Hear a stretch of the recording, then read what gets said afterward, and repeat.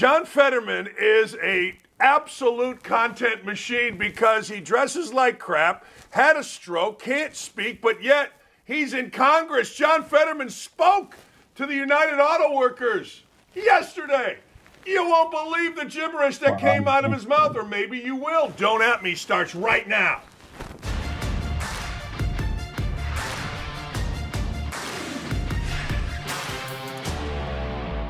Hey, welcome once again. It is an absolutely spectacular, and I mean, my mic is right here. It must have fallen down. An absolutely spectacular day here in Indianapolis. And before I get into whooping a bunch of guys out of money yesterday, shooting a 74, I got to show you what John Fetterman, the congressman in Pennsylvania, did. Now, we all know that John Fetterman has some mental health issues, and we're not making fun, or maybe we are. And if we're making fun and you don't like it, tough. The dude's a congressman. Look, when Donald Trump was in office, or Dan Quayle was in office, people lost their mind making fun of him. So don't at me about whether or not we're going to make fun. Tell me you wouldn't make fun of this. This is a man that was voted into Congress. This is a congressman speaking to the United Auto Workers on strike. Listen right now. My message to the CEOs is, it's $74 million, collectively earning that. How many yachts can they need, to water ski behind it? It's just crazy. I don't know. My message. It's a strong message. It's a strong message. Let me read it verbatim. My message is to the CEOs. CEOs is, it's 74 million, collectively earning that, How many yachts can you need, to yacht, to water, ski behind it, it's crazy, my message. That is verbatim what you just heard from a congressman. Ladies and gentlemen, we are insane in this world. That is a man that is a, quote, leader in our country. That is a man that is a leader in our society. That is a man that was apparently chosen by the good people of Pennsylvania to be their representative in Congress. Now, ladies and gentlemen, I got to tell you, if that's the best you got in Pennsylvania, I've been to Pennsylvania. You go to Allegheny. My stepson Jared went to Allegheny College. We went basically every Saturday home game. We drive to Allegheny. We drive through Allegheny, and it's literally The Walking Dead. Everybody looks like John Fetterman, except they're not as big. John Fetterman gets to eat more. Dudes staying at the hotel looked all methed up. I'm not sure, but they were wearing the same thing. Hoodies and gym shorts were all the rage. And I'm guessing if I spoke to them, which I did some because I'm a man of the people, they sounded like him. Let's play Fetterman again, can we? I just love this. I love that this is your guy right here. Fetterman. My message to the CEOs is, it's $74 million, collectively earning that. How many yachts can they need, to water ski behind it? It's just crazy. I don't know. 2 years ago, he had a stroke. Hey, look, don't at me about it. If you go have a stroke, then you retire from public life, and we see a video like this, we feel bad for you. But you apparently are arrogant enough that you don't have to wear a suit and tie. You think you're a man of the people, then you go out and speak, and you embarrass yourself, and I don't care what you got to say. This is just ridiculous. But again, you won't hear the media cover this. You won't hear the media cover any of this. But this is awful. I'm not kidding. Now, look, let's be honest. This is simply ridiculous. Remember when vaccines were all the rage? I got to ask you, what happened? Are people still dying from COVID? All of a sudden, Joe Biden got into office and we stopped the nightly COVID count. All of a sudden, I don't know, COVID is back now. COVID gives me a headache. I don't know. Is it here? Is it not? Is it deadly? Is it not? Is it the flu? Is it a cold? Are you sick? Are you dead? Do you need the iron lung? I don't know. People look at me all the time and they're like, hey, what's going on with COVID? And I go, I don't know. But apparently, if you remember, I'm sorry, he's a senator. Yeah, did I say that? Anyway, here's the deal. Back when it was all hot and bothered about the vaccine, you're a terrible American. You didn't get the vaccine. Greg Doyle, Carson Wentz is a bad teammate. He didn't get the vaccine. I'll drive you to the airport. Apparently, Mark Cuban, he refused to let unvaxxed journalists interview him. Okay. On Zoom. Now I want you to think about that for a second. On Zoom. You see it right there. Hey, look, I don't know what to tell you. Cuban, I've always said this. You do whatever you want with the media. You don't want to talk to some guys, don't talk to them. You want to talk to some guys, talk to them. Hey, look, but on Zoom, I'm not worried about getting somebody's virus on Zoom, I don't think. I mean, I had COVID 3 times. COVID's real, I guess. I know it is. I mean, I had a couple people that I knew died. But I got to tell you, I would let a journalist on Zoom interview me. I guess it's his way. It's not about getting the disease. I guess it's his way of telling people I'm not participating with you. And hey, look, I got no problem with it. Cuban, you go be Cuban, man. Oh, that's a big problem. It doesn't surprise me. There were direct lines drawn by people. And that's the way it went. Maybe we'll get back to that. I don't know. But the election and everything else that we do in our country will bring this back, and we'll see what happens. I just, it's crazy to me. This is insane to me. All right, so Mel Tucker decides that he is going to fall for a woman named Brenda Tracy. Brenda is, as you know, an advocate for sexual assault survivors, victims of sexual assault. And she drives around, flies around the country, and she tells young men, basically young men, how to go about the business of having consensual relationships. She instructs them, she warns them, she does all the things necessary, and she's built a business out of it. Mel Tucker is a big old football coach. Mel Tucker is not a particularly good football coach. He's had one nice year when he had the kid Walker, and they were pretty good. But Mel Tucker apparently isn't the greatest husband, and that's fine too. Hey, look, I've never respected cheating on your wife. I never have. I never will. I was in a marriage 22 years. I knew eventually the marriage, it was going to be, but I never cheated on my wife. I just don't respect it. My Catholic guilt would kick in. I don't know. It's who I am. Have I done dumb things? Yes. But I've never cheated on my wife. Never. It's exhausting. So Mel Tucker's got a wife, and he decides he's attractive to this young lady. This young lady comes to speak to the team. They develop a relationship. Mel Tucker decides he's going to make her an honorary captain. Mel Tucker decides, wait a second, I want this relation to go farther. Apparently, so does Brenda Tracy. They talk on the phone numerous times for 37 minutes, which isn't a lot of time. Lee and I, this is a true story. When Lee lived in Syracuse and I lived in Indy and I was trying to woo her, we would talk on the phone literally 3 hours a night, 2, 3, 4 hours a night. I'm being totally honest with you. It was insane. Never FaceTime because I don't know, we were weird that way. But the truth of the matter is, I get it. I understand. There are two people that are exploring a weird relationship. There are two people that have to be kind of quiet about it. Next thing you know, Mel Tucker decides to take it a little bit farther. Mel Tucker decides that he is going to, he's going to pleasure himself on the phone. Now, that's all well and good. But the problem is Mel Tucker had brought this woman into Michigan State. He was crapping where he ate. And you cannot do that. So what? Fast forward. Suddenly, amazingly, the woman, oh my God, nobody saw this coming, is mad. Whatever the reason, she's mad. Don't know. Maybe it's he broke it off. Maybe she feels assault. I don't know.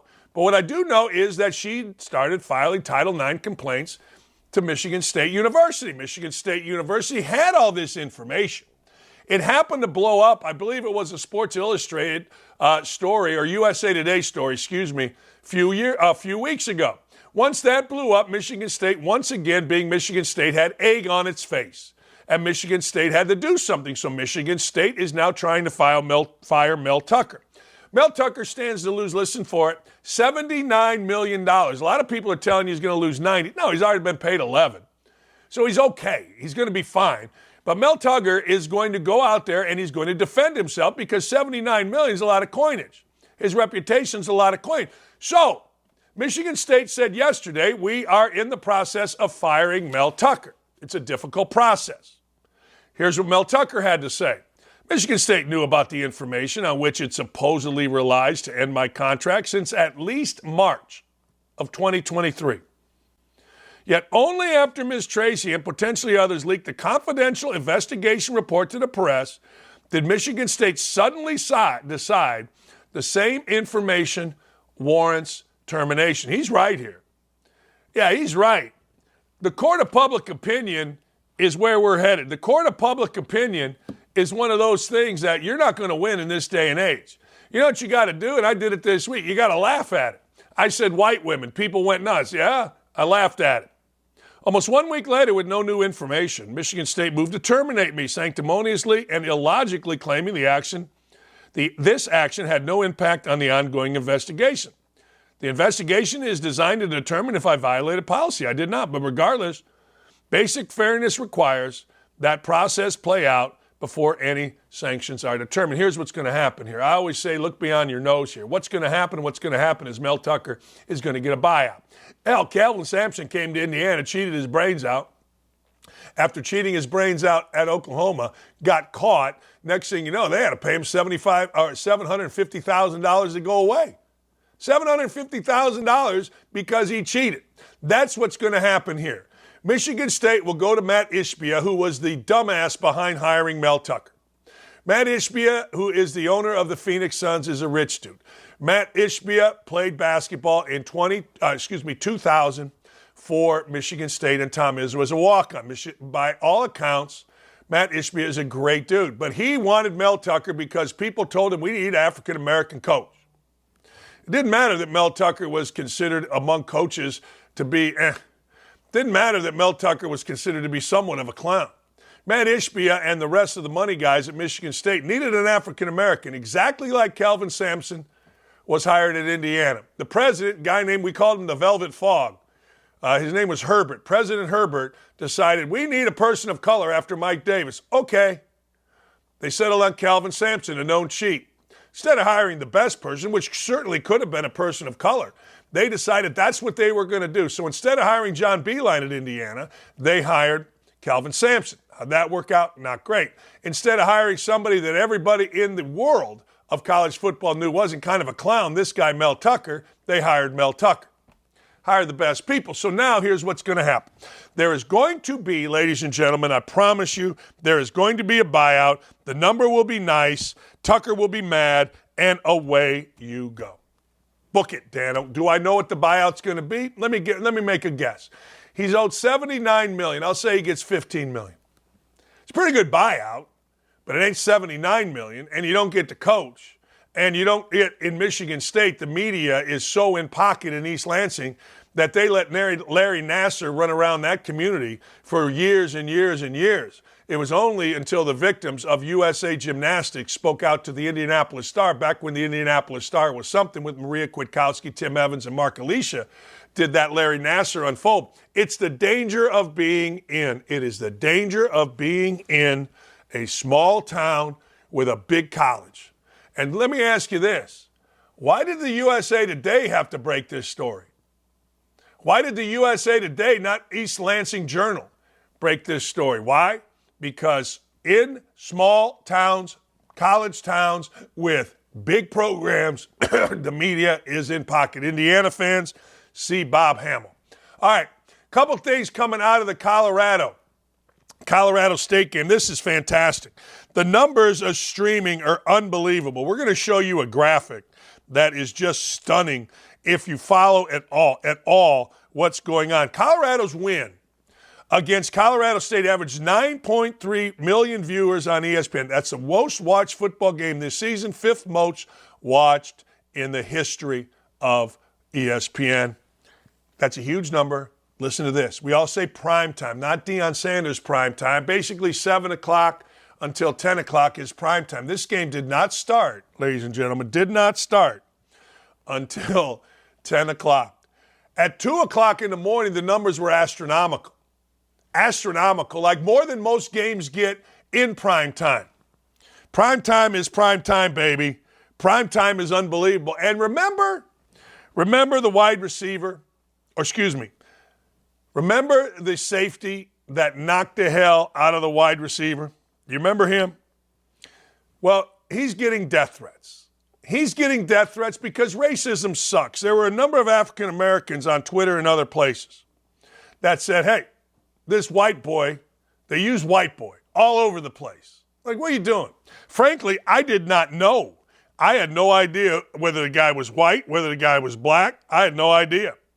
But I got to tell you, once he became white, man, what do you guys call it? Black Twitter went nuts on the white boy. So guess what? Because racism sucks, Hunter Blackburn, the white boy, was getting death threats. I said, hey, look, you talk trash, you're going to get hit. Football's different. Travis Hunter, there was a video ESPN put out of him talking smack. Oh, you guys are so big and bad. He would look like a 10-year-old, this guy. But anyway, I said, hey, how'd that work out for Hunter? Black Twitter exploded, as Black Twitter does, because white boy actually said, how'd that work out for you? You're a racist, Dakich, they said. You're celebrating. I'm not celebrating. I said, how'd that work out for you? Because real men know. You talk that yang, you're going to get smacked. So Deion Sanders yesterday responded in an unbelievably great way to Hunter Blackburn getting death threats. Here he is. Henry Blackburn, I want you guys to record this and run with this. Henry Blackburn is a good player who played a phenomenal game. He made a tremendous hit on Travis on the sideline. You could call it dirty. You could call it he was just playing the game of football. But whatever it was, it does not constitute that he should be receiving death threats. This is still a young man trying to make it in life, a guy that's trying to live his dream and hopefully graduate with honors or degree, committed to excellence and go to the NFL. He does not deserve a death threat over a game. At the end of the day, this is a game. Someone must win, someone must lose. Everybody continues their life the next day. Very unfortunate. I'm saddened if there's any of our fans that's on the other side of those threats. I would hope and pray not, but that kid was just playing the best of his ability, and he made a mistake. So I forgive him. CU, our team forgive him. Travis he's forgiven him. Let's move on. But that kid does not deserve that. Yeah, right? That's pretty good. That's what real men do. Like, I'm always going to represent, and this always gets me in trouble, but on this show and on Twitter, I'm always going to represent the thoughts of real men. Like, I don't give a damn what anybody, this is what real men think. You've been in a war is a stupid analogy. You've been in a fight. You've been in tough games. You've been in high-pressure situations. You've been in physical games. You're going to succeed. You're going to lose. You make right decisions, wrong decisions. But those of us that spend our life in these type of things are going to tell you what's real. So that's what we're going to represent here, and that's what we're going to represent on Twitter. We're not going to listen to these fake tough guys, these racist tough guys, these dumb tough guys. We're going to argue, fight back, and expose. But this is what I'm telling you. Look, yeah, I get it. Fans get mad. The guy on the sideline, the assistant coach, went on the field, and he was all mad. And, okay, great. But the truth of the matter is, when you're in this type of game and you win it, it's a lot easier to talk like Deion when you win it, but I think that's Deion Sanders being real. It's what real men do. My wife is always amazed at, I'll go golfing with somebody, we'll argue about something, and we're like, hey, let's go. Or the way guys talk to each other, my wife's like, oh, I love it. The way my friends and I talk to each other would put women in a coma, fake tough guys in a coma for months, years. Well, fake women. Real women get it. But anyway, good for Prime. I'm telling you, man, real women are the best. Real men are the best. And that is who is going to be represented by me always, every single time. Now, Shaq's an idiot. All right, let's just say Shaq don't know. I mean, whatever, and I'm embarrassed that we're going to quote Shaq here, but we're going to quote Shaq here. Now, the one criticism of Deion Sanders is that he kind of stood on the sideline, not really coaching, didn't know his center's name. Maybe he's not actually coaching. I don't know. When they were down 15, there was a camera that panned on Deion's face, and it reminded me of Phil Jackson. I've always said, if the general doesn't panic, the troops don't panic. Yeah, right. It's not about panicking. It's about, it's just about knowing you got a good team. But actually, Shaq might be right here. And now that I see it, I hate to say Shaq is right about anything. Yeah, he seems like a nice guy, though, Shaq. But, what are you going to do? Lane Kiffin is my man. Lane Kiffin and I follow one another on social media. Lane Kiffin, I love. Why do I love Lane Kiffin? Because Lane Kiffin will just stand there and say what he thinks. He will stand there and troll you if you're a clown. He will stand there. He don't care if you're Nick Saban. He don't care who you are. He's not messing around with your dumb you-know-what. He can't stop on Jimbo Fisher. Apparently he's mad that Jimbo Fisher and Texas A&M and all them good old Southern boys down there, hell, you know what they doing? You know, Danny, what they doing is they buying everything up. They buying all these damn players, and I'll tell you what, this is where it's, bad. Bad is bad. Lane Kiffin said about Texas A&M and Jimbo Fisher, they're much improved. Their coaching staff has really schematically done a good job. They took the Texas A&M quarterback, and he looks like a brand new player. Yeah. Lane Kiffin on Texas A&M transfer, Haynes King now at Georgia Tech. He's talking about Georgia Tech. I set this up to make it think like he was talking about Texas A&M, but no. He was talking about Georgia Tech while dissing Texas A&M. He can't stop, and it's clever. Oh, man, they're much improved. Coaching staff schematically, great job. They took the Texas A&M quarterback, and he looks like a brand new player. You know what that means, right? The Texas A&M quarterback was, awful. Or excuse me, the Texas A&M coaching staff was, awful. Awful. AWFUL. Awful. It's fun. Yeah, it's fun when it's clever. Like, I'm not that clever. You know what I do? Oh, man, you're an idiot. You're an idiot. I hate you. You blah, blah, blah, blah, blah. All right. I'm just saying. Hey, I'm reading a book on Billy Walters. Billy Walters, a known gambler. Great gambler, great story. Gets a little tedious with the gambling stuff, but I ain't mad about it. So, on this show that we're going to give you winners. Listen to this. FanDuel lost $20 million on a Week 2 special. I want to make sure I got this right. Every now and then, the house wins. Billy Walters talks about it. Here was the special. Every NFL team that made at least one field goal during the afternoon slate of games, finance team just called, we're paying out more than $20 million to FanDuel customers that locked in that bet. Every NFL team, 1+ field goals in the 1 o'clock, 4 o'clock, and 4:25 games. They were paying it out. They were going to pay it out. They paid $20 million. $20 million. Now, I want you to think about that for just a second. You know what I'm saying? You pay out $20 million enough, FanDuel ain't going to be around very long, but I will also say a lot of people are coming to it because they know that you're paying it off. They do. They know, hey, look, FanDuel may slip up again and give yourself some money. I don't know. But what I do know is this, people like to win. They got to win. We gots to win. Woo! Look at this. A bettor just cashed a wild $5 for $71,000 parlay. Tony Jones Jr., 2+ touchdowns. Jerome Ford, most rushing yards. Wow. See, I was stupid. I knew Anthony Richardson was going to score a touchdown. I should have bet him to score 2. By the way, side note, before we get to Jason Allen Hammer, our friend in Indianapolis who hosts the Hammer and Nigel Show, America's #1 afternoon drive time news talk show. Before we get to Hammer time, here's the deal. I love Anthony Richardson. I think Anthony Richardson is going to be great. I do. Those of you that are Colts fans on this, sing it with me. Anthony Richardson has got something in his eyes and he's tough and he's smart, that makes me say, hey, all right, let me get to this Sports Kings. By the way, DraftKings Sportsbook offered the exact same bet plus 3,000 odds, as in a $1 bettor would have come up with $30 if every Week 2 kicker made a field goal in every Saturday afternoon game. One dude or group of bettors in particular cracked the FanDuel majority. There you go. It's a pretty good bet, though.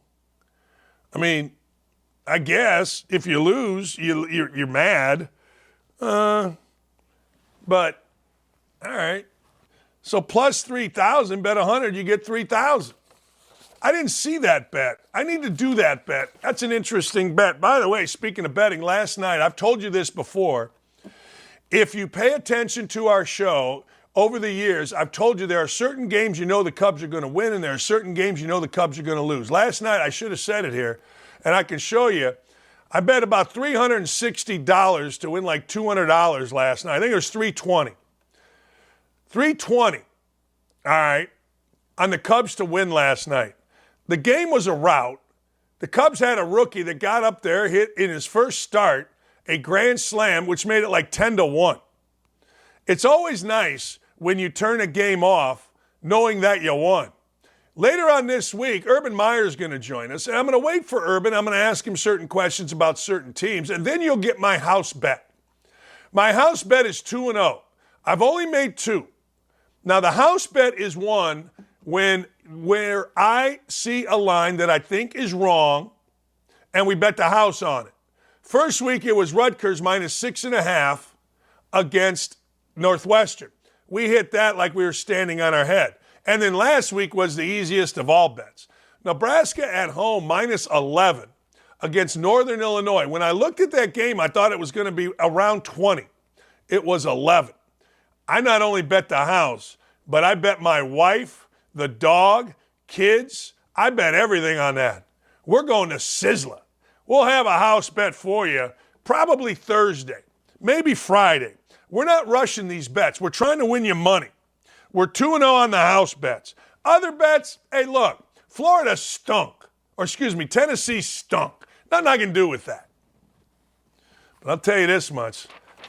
The house bet, if the house is a rockin', don't bother knocking. All right, Jason Allen Hammer is going to join us. We're going to talk about Lauren Boebert. We're going to talk about Fetterman. If you know anything about Hammer, he also hosts a gambling show both on TV and, frankly, on radio, and it's fantastic. His Degenerate Special is something you're going to want to wait for. Stay right here. We got Jason Allen Hammer, host of Hammer and Nigel, the #1 news talk show in the country in drive time. We'll be right back. Looking for the hottest sportsbook offers? At OutKick, find exclusive promotions, expert picks, and the latest odds. Get in the game at OutKick.com/bet. I know you have a very close relationship with them. That's been ongoing for decades now. A lot of people don't realize how you two met. I would love for you to share the story and then also just explain why your relationship with them is still so important to this day. Yeah, so we met because when we first bought the UFC, none of the venues wanted the UFC. The UFC had a horrible stigma attached to it that we were trying to obviously change and turn this thing into a real sport, get it sanctioned, but venues didn't want us. Now we break every venue record in the world. Back then, venues didn't want us. Trump, think about it too. At that time, the Trump brand was here. UFC brand was, where it was. And this guy saw it. He got it. He wanted us to come to his hotel. He showed up for the first fight, stayed to the last fight, both times that we did an event with him. And then after that, everything that ever happened to me in my career after that, he was the first person to reach out, whether it was a phone call or one time he wrote me a letter on the cover of the New York Times when we got a story in the New York Times. Just saying congratulations. I always knew you were going to do it. And through that, he and I have created a friendship. He's always been incredibly loyal to me and good to me. And I've been the same. Yeah, and it's so interesting because we've seen him attend a couple of UFC events recently. And oh my gosh, the fanfare. I mean, the excitement, the energy that he stirs up in these sold out arenas is just insane. Yeah, I think that right now in these times that we're in and some of the things that we're talking about, UFC, the fans, the fighters, the staff, everybody's pretty aligned. I wouldn't say that we're all equal politically because that's impossible to be politically equal with everybody.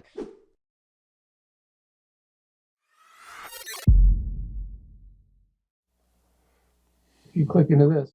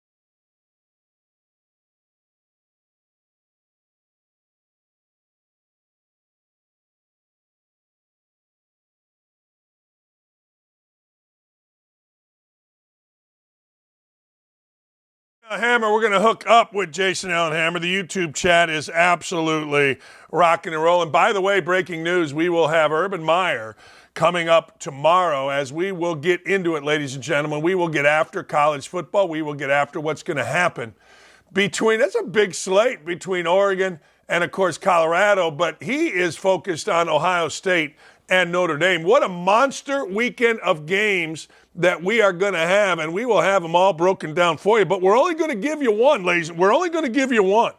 We are only going to give you one damn house bet that we are literally going to bet the house on. Disturbing news, Jason Allen Hammer is going to join us. He's from Indianapolis. Former Colt Sergio Brown has apparently lost his ever-loving mind.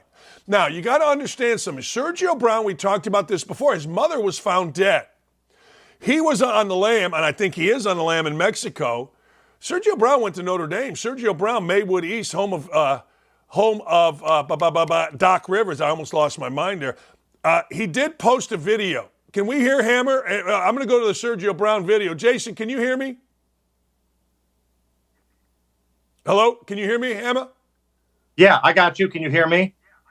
Hey, yeah, I'm going to play this video on Sergio Brown. You know the story, right? Brown, former Colt Notre Dame guy. You're the perfect guy to have on and talk about this. Hey, Dylan and Nick, let's play the video Sergio Brown posted after his mother was found dead after a brutal beating. Here's Sergio Brown on the lam, apparently in Mexico. News. Fake news. Fake news. It has to be the FBI that came into my house on Bob Marley's death day with a 511 Agent gas, unwarranted. They kidnapped me twice from home, the Maywood Police Department, right? Brittany Newborn did it twice. Aaron Pepper was there the second time that it happened. It had to be the FBI or the Maywood Police. I thought Mama was on vacation in Sinaloa. That's fake news. Get the on my goddamn page. She retires. If you want to come to me, if the Maywood Police got to give me money, FBI had to do it. They got the power to do some like that. What the is going on? That's fake news. Don't come with me. What do you think, man? Former Colt Sergio Brown from Mexico after his mother was found dead. What do you think? That looks like drugs.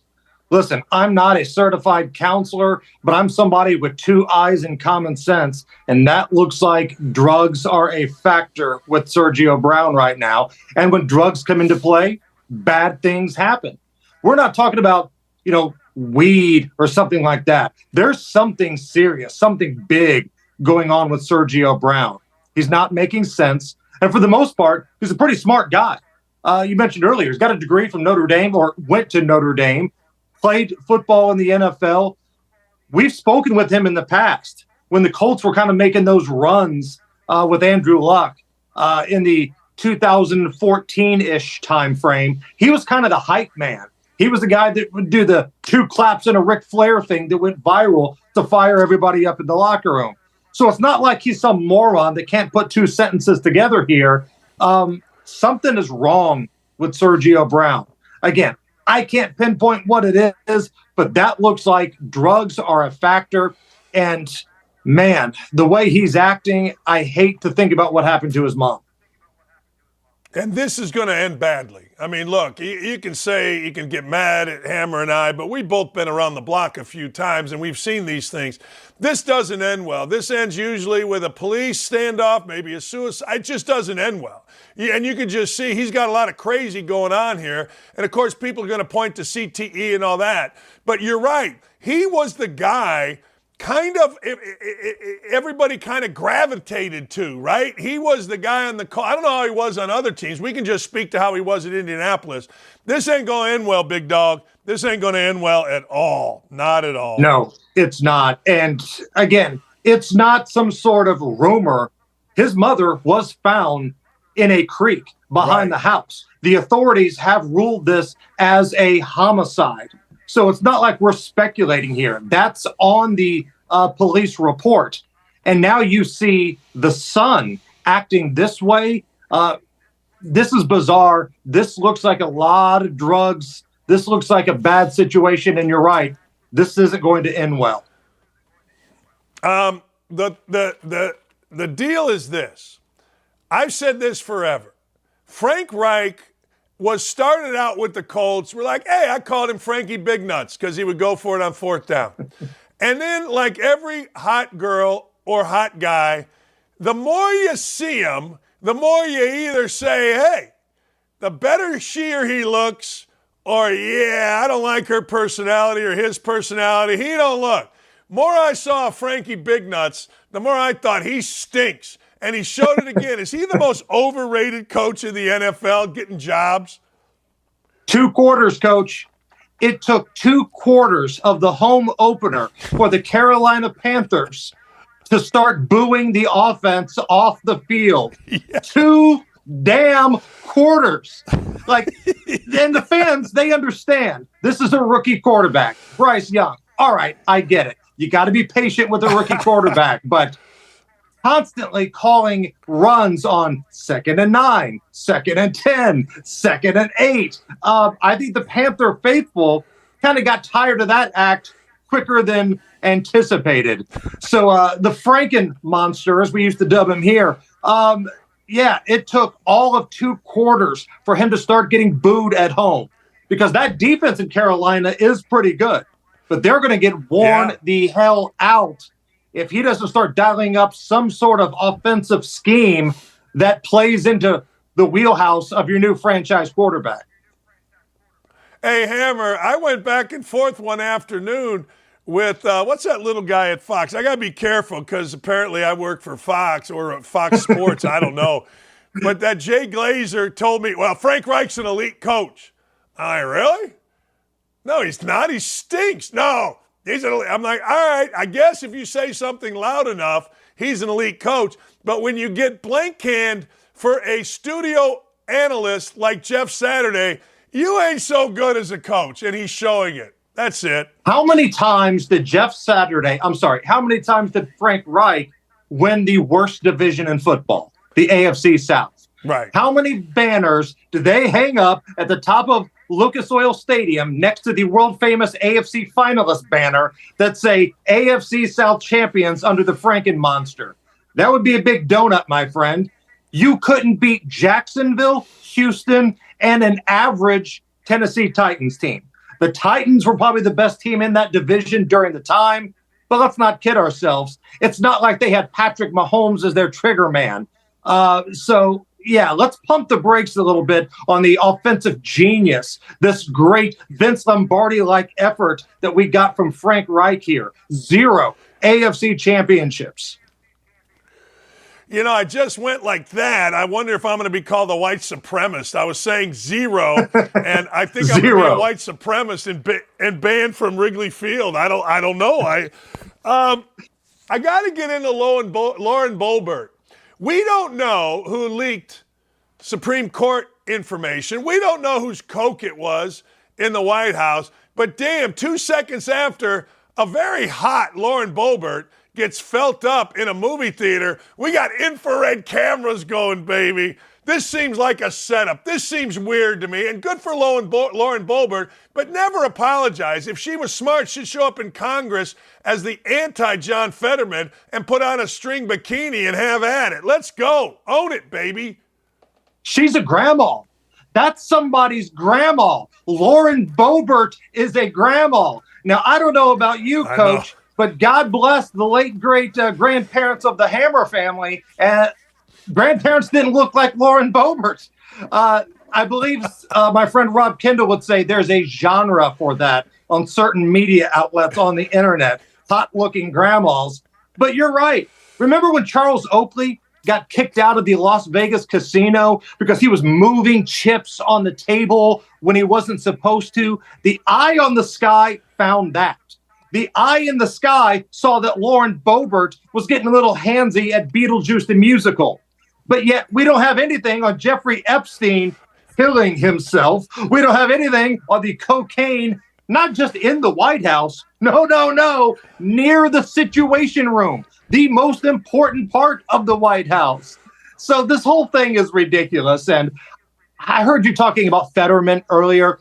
I was fighting with just tons of just ridiculous people wed to the letter.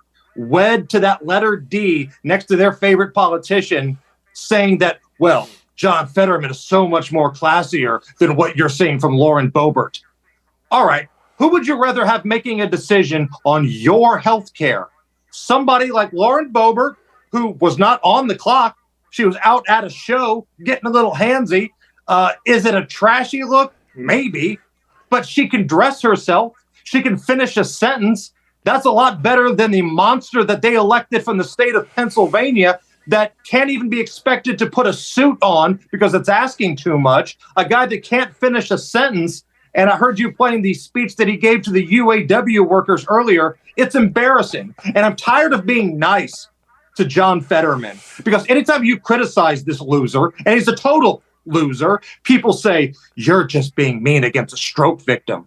No, I'm being mean against somebody that controls what happens at our border. I'm being mean at somebody that's going to control my health care and what happens to my tax money. Screw John Fetterman. I don't care if he's had a stroke or not. You know why it's okay to say that? Because his wife doesn't care that he's had a stroke or not. She was the one that was so damn power hungry, she keeps trotting this corpse of a human being out there. So I'm tired of John Fetterman. And if you're going to sit here and have the argument with me that Lauren Boebert is so worse than John Fetterman, you're lying to yourself and nobody takes you serious. Amen. You know what? You're on a date. You like the person. You get, so what? And to the point about Fetterman and his stroke, hey, look, if you didn't trot Fetterman out there as a senator, then nobody would talk about his stroke. But he's a very public figure. I mean, people have made fun of Donald Trump's hair. People have made fun of people all the time that are out there in the public eye. And look, it was his choice, his wife's choice, to parade his sorry, ghoulish ass out there. So screw you, people, if you're mad about us talking about it that had a stroke. You're worried about that? Then don't be a freaking congressman. I don't want to hear You're that. one of the you can kiss my backside with that. 100 most powerful people in this country, the United States Senate. And there's a guy up there that began a debate by saying, hi, good night, everybody. This is the guy that's in charge of our well-being in this country. Now, to keep it fair here, because, I like to pick on both sides because I kind of hate everybody. Republicans need to understand this. Pennsylvania hates Donald Trump so much, they picked a stroke victim instead of his hand-picked MAGA candidate in the Senate race. So I don't care what all these polls are showing. Donald Trump is leading Joe Biden in this key swing state. I don't buy it for a minute. Look at the corpse that they chose to send to the Senate instead of this other guy, Dr. Oz, who, let's be honest, he really wasn't even from Pennsylvania. He was trying to carpet bag from New Jersey, but he can put a coherent sentence together. Look at this freaking guy. Look at that picture right now. Look at that dork. This guy, you want him in charge of your national security? You want him in charge of finding out who's trying to harm the United States? You want him in charge of your tax money? He puts on a hoodie and basketball shorts. He goes to work in the people's house like I cut my grass in. So again, I'm tired of being nice to Fetterman. Yes, he had a stroke. And yes, I think that should make it so he should not be making decisions for us. Oh, well said. One of the things that I've always said about parenting or anything is if you lower standards, people are always going to hit them. If you raise standards, people are always going to hit them. So Shermer decides, we're going to lower the standards and everybody can dress like a clown. You are America's gambling god. You are the wisest of the wise. Your degenerate bets have swept the country, to those of us that pay attention. Is this the week? Is this the week Colorado gets humbled on the road? Is this Notre Dame, Ohio State? Is Ryan Day on the hot seat if they lose to Notre Dame? Where are you at here this weekend? Look, man, I like the Irish this weekend. At home, better quarterback getting points. I've always said, if all things are equal, and maybe they're not equal, maybe Ohio State has a better roster, but I think Notre Dame could score some points. Hartman's going to throw the ball around the joint. He's going to make good decisions. At home, better quarterback getting points. You got to take a look at that one. I like the Irish in this spot. I think Ohio State's defense is going to be okay. I'm not in love with their quarterback, though, Coach. I don't know if they've got the right trigger man for Ohio State. And you could say that about some of the major programs that were factors last year. I'm not sold on Georgia's quarterback situation. Everything else is elite. I don't think their quarterback is. Obviously, you look at Alabama, they're kind of a hot mess at their quarterback spot. So this could be the year where if you've got a good trigger man and a decent surrounding cast, you can make some noise. And I think Notre Dame falls into that category. They've got one of the best running backs in the country, a veteran quarterback. Hell, he's older than half the quarterbacks in the NFL. I think there's a little something brewing up in South Bend this weekend, man. You know, I'm going to go to Colorado. I agree with you. I think it's going to be interesting. I'm going to go to Colorado. Have you looked at this? Colorado is getting 21 points at Oregon. Bo Nix, Shedeur Sanders, maybe the two along with Michael Penix, Heisman Trophy candidate. I thought 21 was a lot, but then I started thinking about it, Hammer.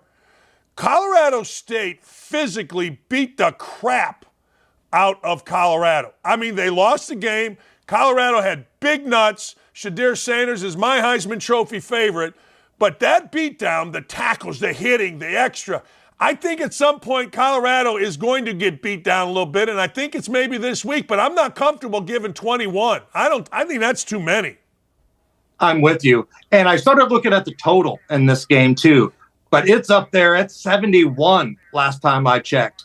I don't know if I'm playing this game this week because I'm with you. I think Oregon wins. Yeah. I think Oregon's a better team. They're stronger up front on the offensive and defensive lines. And I'm not sure Colorado can stop anybody. They'll score, but I don't think they can stop anybody. And Oregon's going to put some numbers up, but that just reeks of like a backdoor cover. Like I can totally see Sanders driving down the field, trying to get that garbage time touchdown, and then you onside kick. We've seen that a million times already this season. That one's a no play for me. But again, I love what Deion's doing, man. Not everybody does. Everybody's got their own opinions. I love what he's doing, not just because he's winning games, but he's not apologizing. He's telling people how it is, and he's making kids go to class. He's holding them accountable. I'm here for all of that kind of stuff. So, yeah, I think they take their first loss of the season here. It's going to be tough, especially without one of their best players in Hunter. But doesn't mean I'm off the bandwagon of Colorado. I'm not either. I just, it's hard to go undefeated. It just is. It's hard to go undefeated. So I love everything Sanders is doing. It gives for great entertainment, and I want to be entertained. And I stayed. You want a dog this weekend, Coach? You want a dog? You want a big underdog this weekend? Yes. Let's look down at the Swamp. The Florida Gators hosting Charlotte. Charlotte is getting 28 points. That is 4 freaking touchdowns. So here's what we know about Florida. They're flying high, coming off a win against an incredibly overrated Tennessee squad that had no business being in the top 15 because 1, Joe Milton stinks, and 2, their receivers can't get separation. So they're celebrating that win. Next week, look at the schedule. Florida plays Kentucky, the same Kentucky that took them to the woodshed last year in the Swamp. And that's when all the Anthony Richardson hype was going on. So they've had this game circled for a while. Gambling degenerates know this is what's known as a sandwich game. This is kind of a trap game. You're flying high off beating up Tennessee. You're looking ahead to the game that you want to make right from a year ago. And here comes Charlotte. Charlotte went on the road to Maryland earlier in the season and lost by, I believe, 11, but certainly didn't embarrass themselves. And I think Maryland's quarterback is better than Graham Mertz at Florida. Florida's defense is better. They've got a better running game. The ATN kid's going to get his. But I think they pound the ball on the ground. And 4 touchdowns with this running clock on a trap game, man, this just reeks of Charlotte having one of those ugly games where plus 28 is enough to get you a bettor's win in the Swamp. I'll give you one. You ready? Let's I'm go. looking at Mel Tugger. Mel Tugger and the boys at Michigan State seem to be decimated. They got embarrassed by Washington. You talked about the quarterback. at Maryland. The number is -7.5. That's what Maryland is having. Maryland's giving 7.5. It's at Michigan State. I moved that line to 6.5, and I bet it because I think, and I know this. Hell, I was an interim head coach. I understand how these things go. All of a sudden now he's going to get fired. All of a sudden now he's putting a statement out, Mel Tugger, and next thing you know, the players are in the middle of all this. Ain't a chance in holy hell they're ready for this. And I do think that Maryland has talent. I think they got a nonsense coach, but I think Maryland has talent, and I think Maryland's going to win this game by 10 or more. I'm going to put a lot of money on -6.5. I like it. I like that. And I wouldn't be true to myself if I didn't give you a degenerate special. A game nobody cares about, no one's going to watch, but the money will spend the same as Notre Dame and Ohio State. New Mexico at UMass, Coach. The line is 3. It's 3.5 at some spots. I am taking the Fighting Minutemen of UMass. Much better defense. New Mexico traveling cross country. They're playing in front of nobody. There's no motivation here. No one's going to be at this game.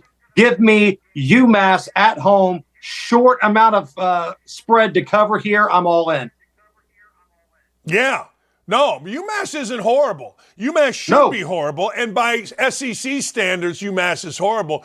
But by New Mexico standards, UMass is not horrible. Right. I'll take that. I'll take that short little 3.5 there. Yeah, I'm going to it right now. As I'm talking to you, I'm going to that one right now, and the juice isn't bad. -3.5, the juice is only, it's -108. I'm on that, and my toes are going to be tapping. And let's see, it's a 3:30 game, so I got a degenerate special to watch, courtesy of Hammer. Thank you, my friend, for coming on. Keep up the great work. Thank you. That's my man, Jason Allen Hammer. Look, people say he's the best. No, he is the best. What can't you talk about with Jason Allen Hammer?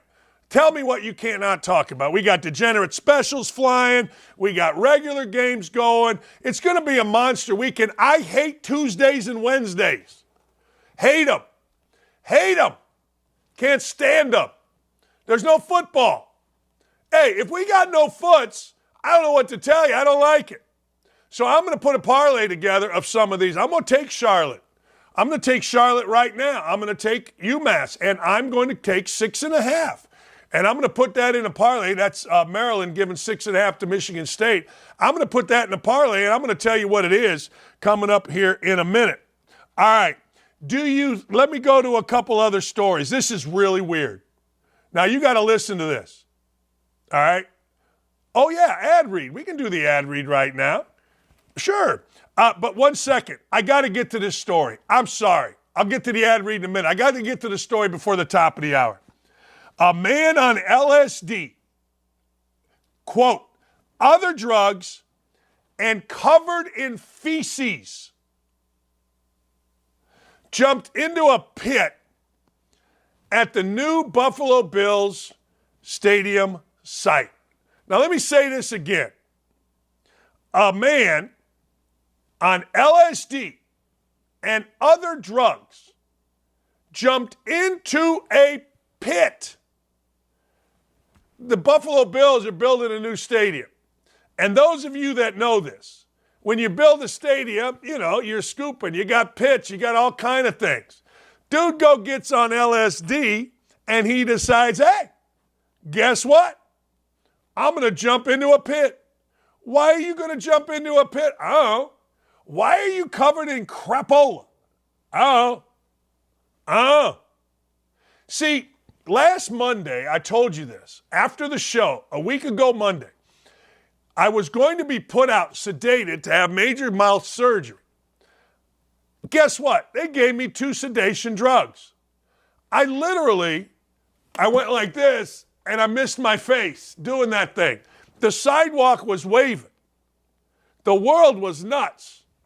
I literally started speaking like this and ended up John Fetterman. I'm thinking to myself, this is what heavy drugs must be like. Why would you want to do that? Look, I understand. Yesterday I played golf. It's over. We sat around. I had 2 beers. Over a course of an hour, talking with the guys we played golf with, settling up bets. I get that.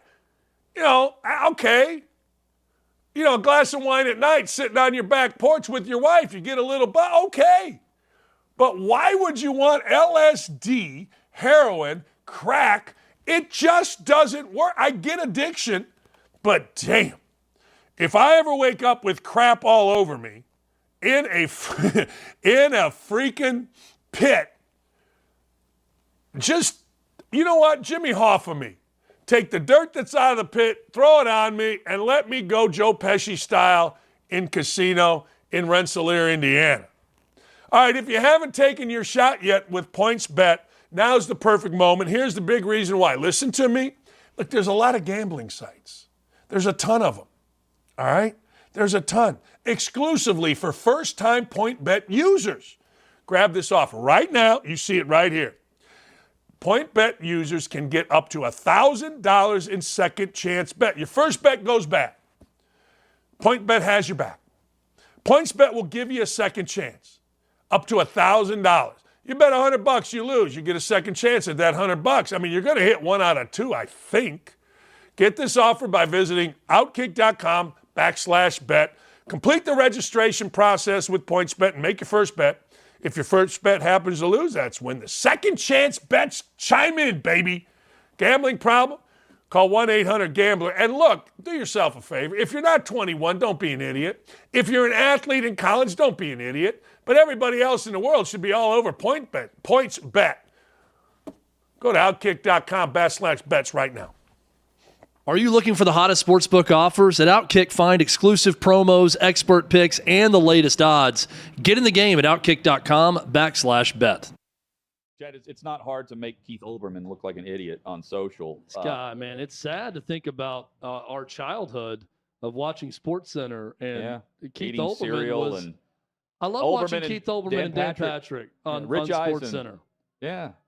Anyway, you'd watch the replays. Well, who knew that the guy would just completely lose his mind? He's a loon. Yeah, he's a loon. He's a loon. That's what I describe him. Riley Gaines took him down on social, where she was touting the governor in Nebraska, a famous women's rights supporter, signing a women's Bill of Rights. And she retweeted this and said, "Defining woman equals ridiculous to the state senator Megan Hunt. Remember that election time, Nebraskans." Well, Olbermann responds to that tweet, that post, and says to Riley, "Can you just address the reality and move past it? You sucked at swimming. That's why you lost." Of course, she tied with Leah Thomas for the championship, and they sent the trophy home with Leah Thomas for the photo opportunity. Ridiculous. Sucked at swimming. And when she's in the heat for the national championship against a man. Well, and are you just first off, huge L for Keith Olbermann, because I know Riley responded to this and others, and it's just he's not followed up with anything.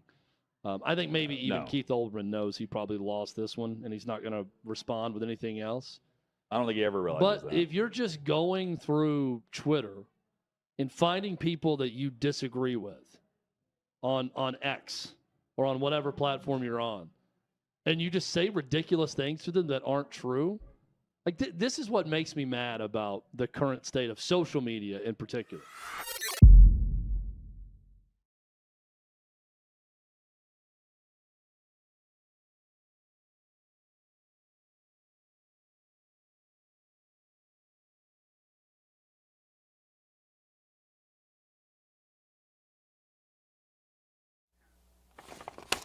All right, ladies and gentlemen, welcome. It's hour 2 here on the big show. Yeah, it's Don't At Me, Dan Dakich with you until 11 o'clock, and then you just stay here for all good stuff on the OutKick channel. All right, here's the deal.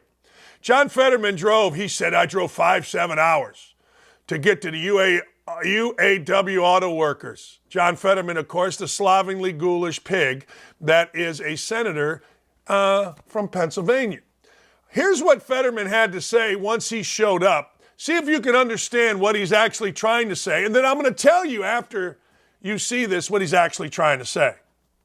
My message to the CEOs is, it's $74 million, collectively earning that. How many yachts can they need, to ski behind it. You know, I mean, it's just crazy. You know, I don't. This is my message. There's John Fetterman for you. I mean, this is our guy. This is the guy, as Hammer said, that is supposed to be a leader. John Fetterman can't speak. My message to the CEOs is, it's 74 million, collectively earned. All right, what he's saying is that in the auto industry, the CEOs in the auto industry are making 74 million collectively, meaning one guy's making 30, one guy's making 20, another guy's making 20, and maybe another guy's making 4. I don't know. So that's what he's trying to say. And then he goes into the normal rhetoric. How many yachts can they need, to yacht, to water? Now, I get it. You can speak. And it doesn't really, you get excited, you're talking about the CEOs, you mess up with the money thing. Collectively, how much are they making? But this is where it's disturbing. This is where you can tell this guy is struggling and should not be in any position to govern, any position. I'm talking about he shouldn't be the head of a household. When he says, how many yachts can they need? Okay. That, you're screwing it up, but all right, to yacht, to water, right there. To yacht, to water. This guy should be put out. Not put out of life or anything like that, but his family should say, look, we're going to get you help, we're going to get you right, and then we'll try it again. They got to take him out of Senate and they've got to say, we have to get you better. Because nobody says to yacht, to water, ski behind it, Now, I think I get it that Democrats are out of their mind. Far left loses their mind on things like this. But any sane person would say, John, we got to step our way. We got to step out here. It's crazy, my message. Can you imagine, those of you that are old enough to remember this, can you imagine that actually flying like during Reagan or even during Clinton or the Bushes or any time we've had a society that used common sense? Can you imagine that going over well? Can you imagine that man being elected and staying in office? I can't. And I'm not going to lie to you. I can't imagine it. I just can't. But now we're so whacked out, we're so silly, we're so divided that everybody is on our side afraid. I guess I don't have a side, but you know what? Everybody that isn't for this guy seems to be afraid to talk about it. Man, I don't know what to tell you. It's sad, it's ridiculous, and this dude is an idiot. All right, Jenny Hermoso got kissed on the lips after she won the World Cup for women for Spain. Jenny Hermoso laughed about it. Jenny Hermoso is now mad. She is blasting the Spanish Soccer Federation's manipulations as an open war continues post the mad kisser Rubiales. What? Really? Really? I mean, the dude was excited, the woman was excited, and now it's open war, manipulation, blah, blah, blah, blah, blah. Man, I'm telling you, don't let crazy people get a hold of you. When crazy people get a hold of you, they spin it. I had it with Greg Doyle. You get a crazy person that is being listened to, they will spin it however they want to spin it. They'll make affairs look good. They'll make themselves who had multiple affairs lie about it, and then next thing you know, they're sitting here spinning it. This woman got kissed on the lips. Stupid, but my God, relax. I know we're not supposed to. I know I'm a bad guy. I know. But son of a biscuit maker, can we just, for the love of all things holy, relax a little bit? I'm not sure about this move, and I want your input on this. Elon Musk may charge everybody to use X I thought Elon Musk's plan was to charge people to get rid of bots. I don't care about any of it. I got a blue check mark. I don't understand why. I've never paid a dime. In fact, Twitter pays me, and I didn't know this. I just got a nice little residual check on the 15th of September. So I put out the other day, white women are awesome. People lost their minds, but that's 500,000 views. You know what I see? Cha-ching, baby. Cha-frickin-ching. My son, Dad, what are we doing on Twitter? I said, son, we're making money. Revenue streams are important. I don't think I would pay to be on Twitter. I don't know. I guess maybe I would ask OutKick to pay for it or Fox News to pay for it. I'm certainly not going to pay to get rid of bots. Bot all you want. What do I care? Doesn't matter to me. Damian Lillard, for some reason, continues to be in the news. We see his commercials, Modelo. You know, Damian Lillard is somebody that we're all supposed to pay attention to because white dudes in advertising think Damian Lillard represents, well, a tougher guy. So we want that guy. We want to be down with Damian Lillard. But the truth is, Damian Lillard don't even play. Damian Lillard's never won nothing. But I do like this quote. I respect what they've been doing over the last 8-9 years or whatever. And I'm from there. Obviously, that's home. But I can't go be a part of that. They won 4 championships. What I look like going to try to do that. That's unbelievable. It don't even make sense. I'd never do anything like that. I'd lose every year before I go. Yeah, good. Well, you're doing it. But you know what? You're getting filthy rich. Apparently, you'll never be, because you're on the right side of the media, you'll never be a guy in the conversation for best players never to win a championship. You won't. You simply won't. You know what I mean? I don't know. Just saying. We got a new oh, wait. Hold on. Ben Simmons. Ben Simmons is like the worst player to get a lot of publicity. We actually care about Ben Simmons. And I rarely do this. I rarely brag on myself. But I'm going to pat myself on the back. I did a show on ESPN one day because everybody at ESPN was kissing this guy's ass. And I said, yeah, he's a nice player. He's a nice kid too. But he can't shoot. He can't shoot. And I went through and I showed his form on how he couldn't shoot. Oh, did I get killed? Particularly when he was the number 1 player in the draft. You know, the people that kill you never come back and say, hey, you're right, Dakich. I am a basketball savant. I'm the smartest person you will ever hear about basketball, and I should be. I'm not bragging. I spent 10 years in a film room, me and Bob Knight. Bob Knight's the best basketball coach to ever roam a sideline. He went to the Elite Eight with guys like me. I literally couldn't touch the rim. I'm being totally serious. I would have to get a running start to touch the rim. But we went to the Elite Eight in an era where basketball was great. Should have gone to the Final Four. But I turned the ball over with 1:19 to go. Came back and hit a jump shot because I got that kind of heart. But you know what? When it comes to basketball and life, there's nobody smarter. Ben Simmons, my ass. Ben Simmons is now saying, I owe it to everyone to regain my all-star form. Really? No kidding, huh? I mean, wait a second. They'll pay you hundreds of millions of dollars to do nothing. You think maybe you owe it to everyone? Now, the amateur psychologists, the little girls, the little boys of the millennial age will say, no, Ben. No, Ben. You owe it to yourself. You only can please yourself, Ben. Oh, shut the living hell up. You take millions of dollars from people.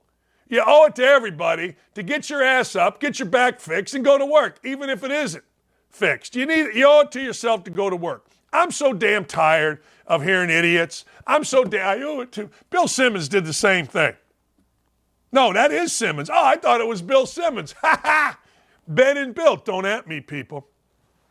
Apparently, Jackson State's women's basketball coach is hostile about how Deion Sanders portrayed Jackson, Mississippi in the 60 Minutes piece. Yeah, I don't know. What are you going to do? I mean, hey, I don't know. If I were her, you know what I'd do? I'd complain too. Why? Because nobody gives a damn about the women's basketball coach at Jackson State. Why would you? I don't. I won't. I can't. I don't care about the men's basketball coach, except when we played him in, where'd we play him? We played him in Fairbanks, Alaska, and we beat him, but they had a pro. I was nervous about that. I was really nervous about that. I thought, oh man, they had a pro. But I don't care. But if I were her, I would get mad. See, here's the deal. I've always said this. You know, get in the public eye. Defend your place. The girl's name is Tomika Reed. She took issue. The segment focused on Sanders' rise in coaching. Juxtaposition, according to the Clarion Ledger, the city's water crisis, 83% black population against a quintessential college town feel, and 1% black population in Boulder. It gave a bad look on Jackson, I thought, Taylor said. Just being honest with you. All right. Jackson has plenty of bright spots. Plenty of bright spots. There are some good things going on here in the city with this program, with Jackson State, with itself. When you see things like that and how they kind of portrayed it, they are the media. They control the narrative. If you're from here, if you were born and raised, you know what the city of Jackson is all about, as well as the state of Mississippi. Yeah, you're right. But, I don't know, did 60 Minutes lie?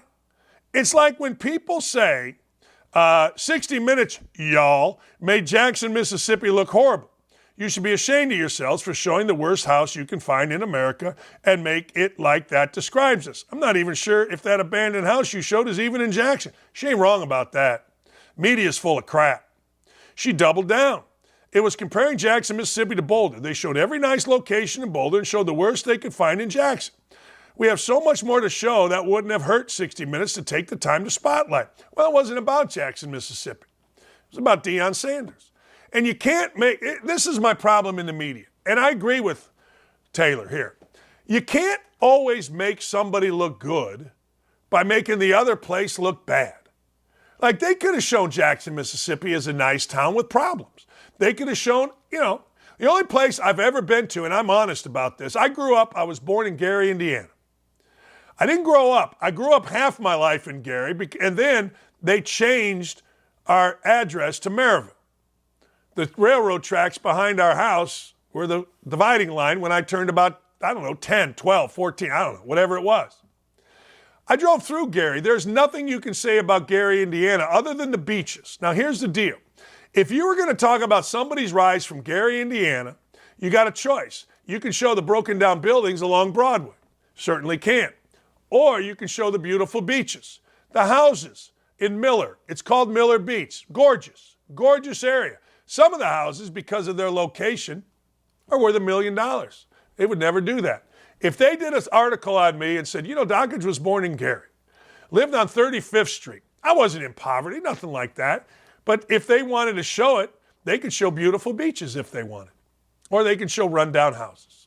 Yeah, I'm with her on this. And she's fighting for her team. She's fighting for her city. Let's get her on. I'm with her. Can we get her on? I think she's right. I do. We don't have to besmirch anybody. We don't have to make somebody else look good. Yeah, I'm with her. Good for her. All right, ladies and gentlemen, we got 6 of them. We got 6 of them, ladies and gentlemen. It is What the Hell Wednesday.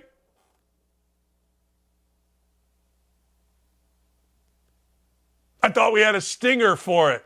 I thought we had a thing. All right. Well, if we don't have the thing,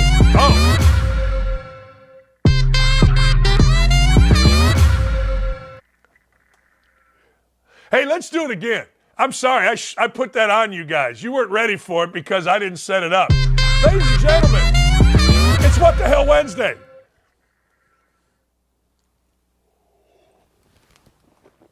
Hey, look. The show's in its infancy. It's only 2 years old. Number 1, let's show it, ladies and gentlemen.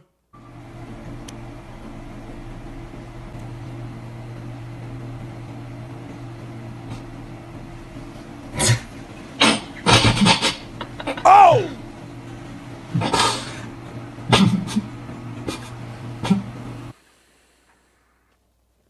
Can I ask you a question? Hey, Dylan and Ryan. What the hell are they doing?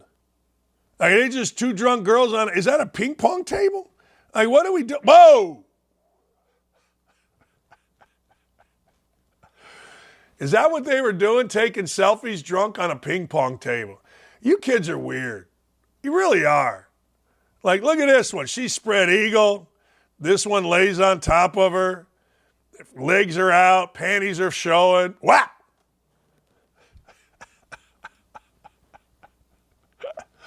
Oh, man, I love it. I do. I absolutely love it. Man, come on, people. I guess I got it right. He says that's what they were doing. I would have liked to see if they would, flip it over and, on the ping pong table. Jesus. Numero dos. Number 2. La farola. Oh, boy. La farola. La farola.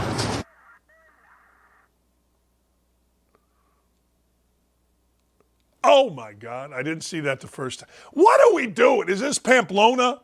Let's say this is Pamplona. This isn't just some random idiot in a diaper running around, is it? It can't be. It shouldn't be. It won't be. It won't. Look.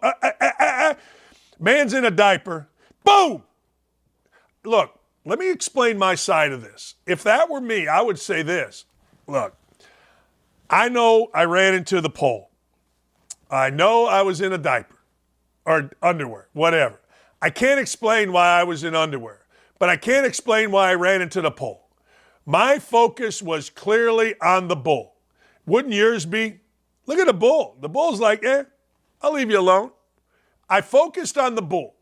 I didn't know there was a pole there. I didn't look to see if there was a pole there because I had a bull coming at me. So yeah, make fun of me if you'd like, because I'm running around in my underwear / diaper. I prefer to say diaper. But, ladies and gentlemen, don't at me because of the pole. Come on. Who wouldn't hit the pole? You should hit the pole. That. Numero tres. Number 3. Boom.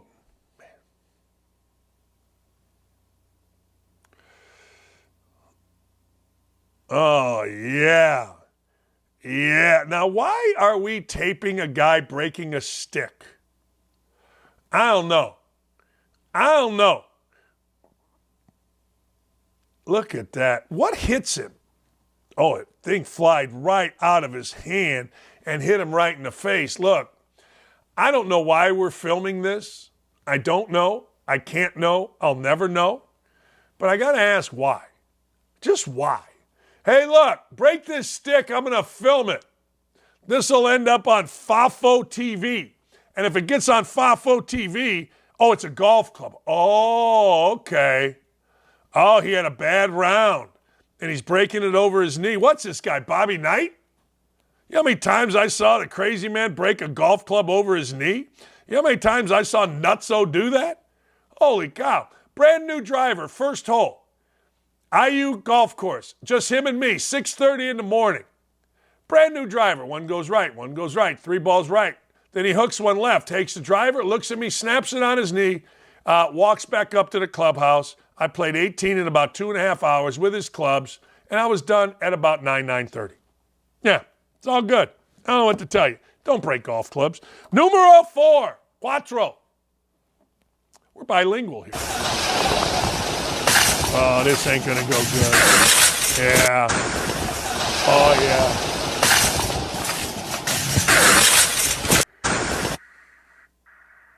God dang. You know, let me ask you a question here. I have a weird view on certain things. Why and how? Look at this. Does he stick the landing from here, ladies and gentlemen? You know the answer to that.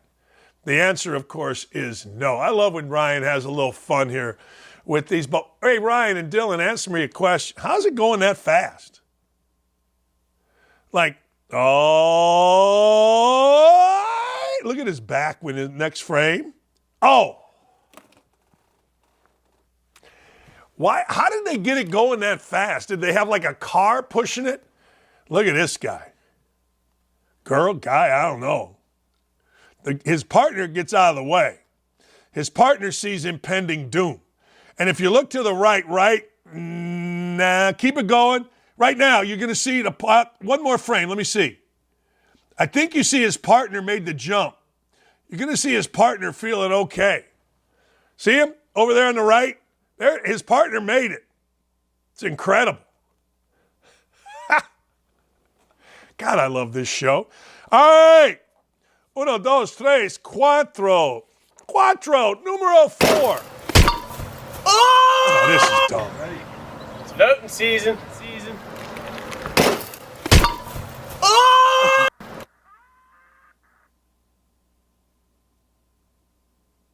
No kidding.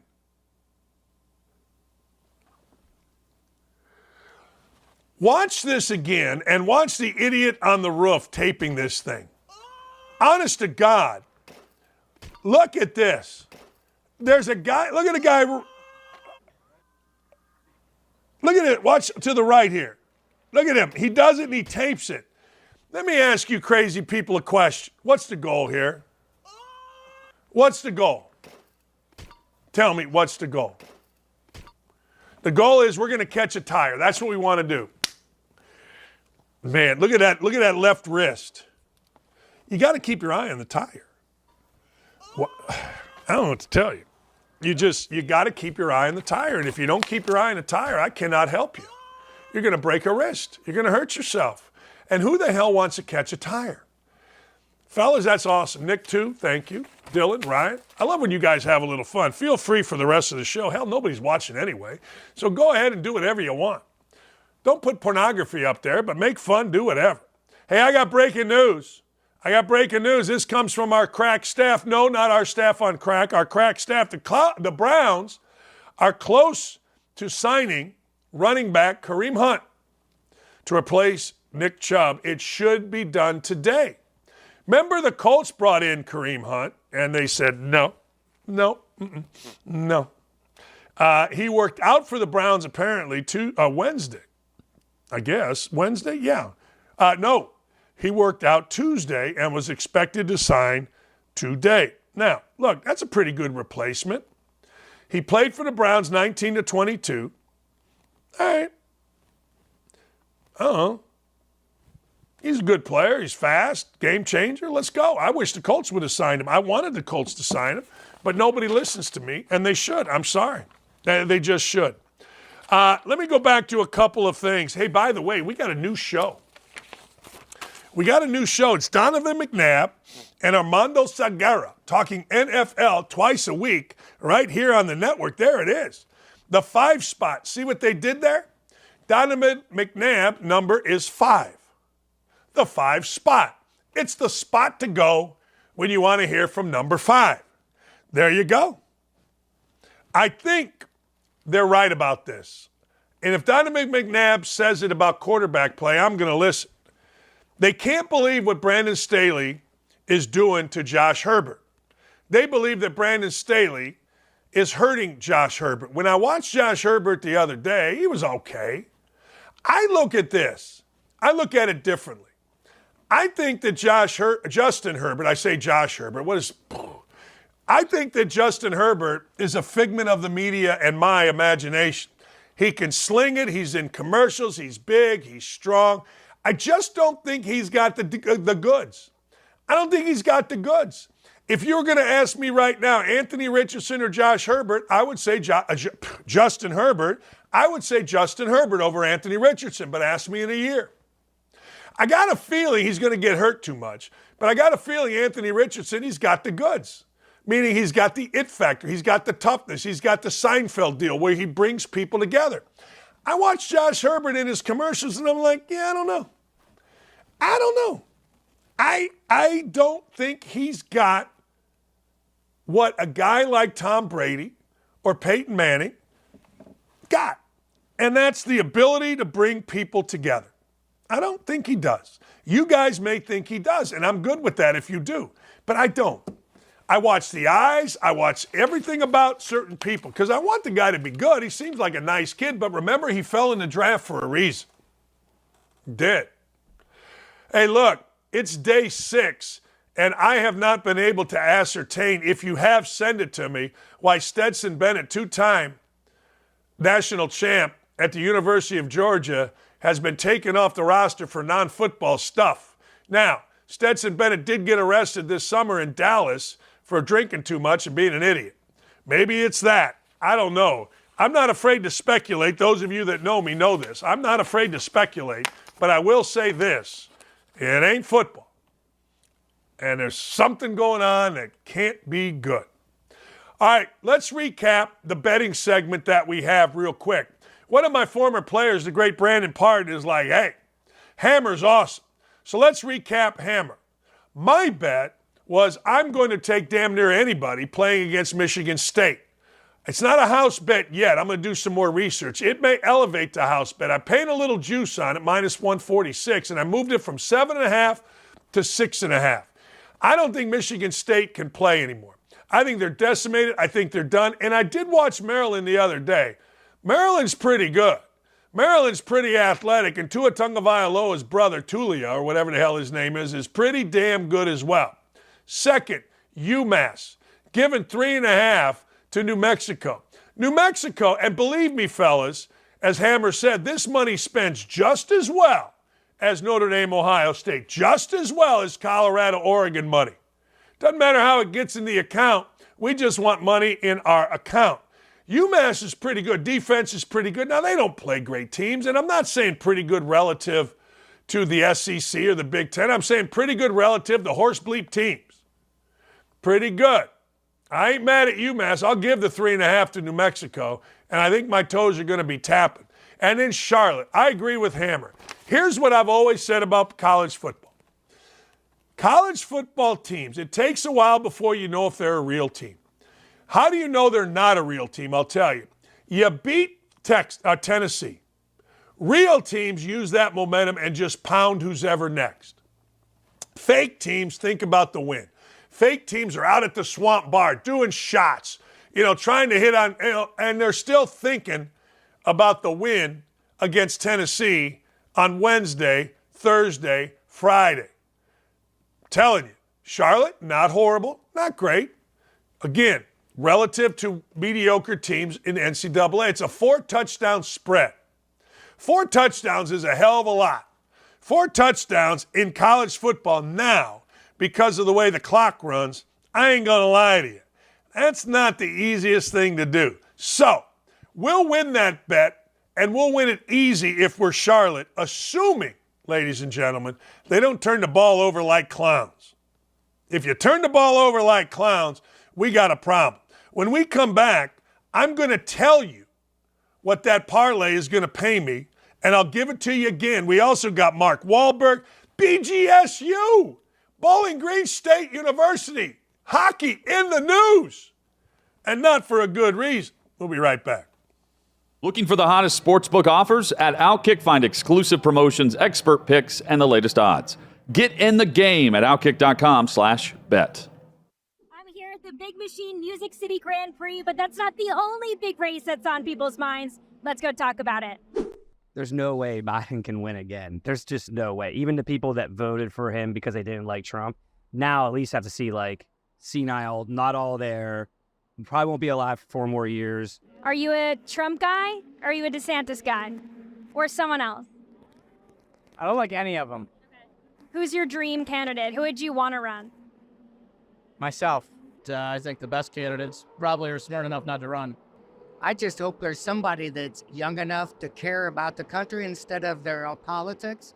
My fear is they get Gavin Newsom from California. I think it would be the new cool vote for the younger people, and that's what I don't like. Who do you think on the Republican side would be able to take on Gavin Newsom? Great question. As a Republican registered, I love what Trump's body of work did, but they're just out to get him and destroy him, and we won't get things done, which is crappy for me to say. I thought DeSantis was going to be the guy. Trump only has 4 years left. He cannot fix everything that just happened in 4 years. And he's going to be battling indictments and all these false stuff for the next 4 years. We won't get anything done. And it'll just be the stalemate in America. That's why I almost don't want him in. But if he is the leading candidate, that's who I'm going to vote for. Is there any Democrat that you would vote for, consider voting for? Absolutely not.